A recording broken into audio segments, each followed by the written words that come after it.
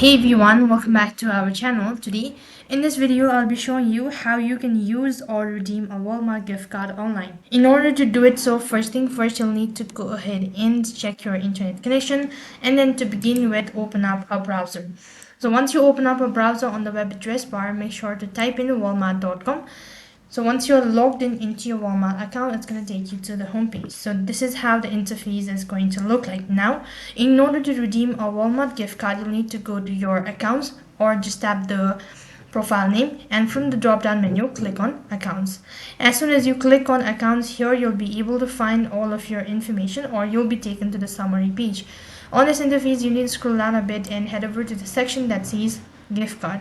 Now, to redeem a gift card, you'll have to provide in the details of the gift card. That includes entering your card number, your PIN, your gift card nickname, and you can also see there's the instructions of the card, so you can go through the following instructions and click the save button. As soon as you do that, whenever you're making a purchase, you can use your gift card in order to get certain amount of discount. So in that way, you can use your gift cards. That is all for this video. I hope the video was helpful. Make sure to like, share and subscribe to our channel. Thank you for watching. See you in the next video.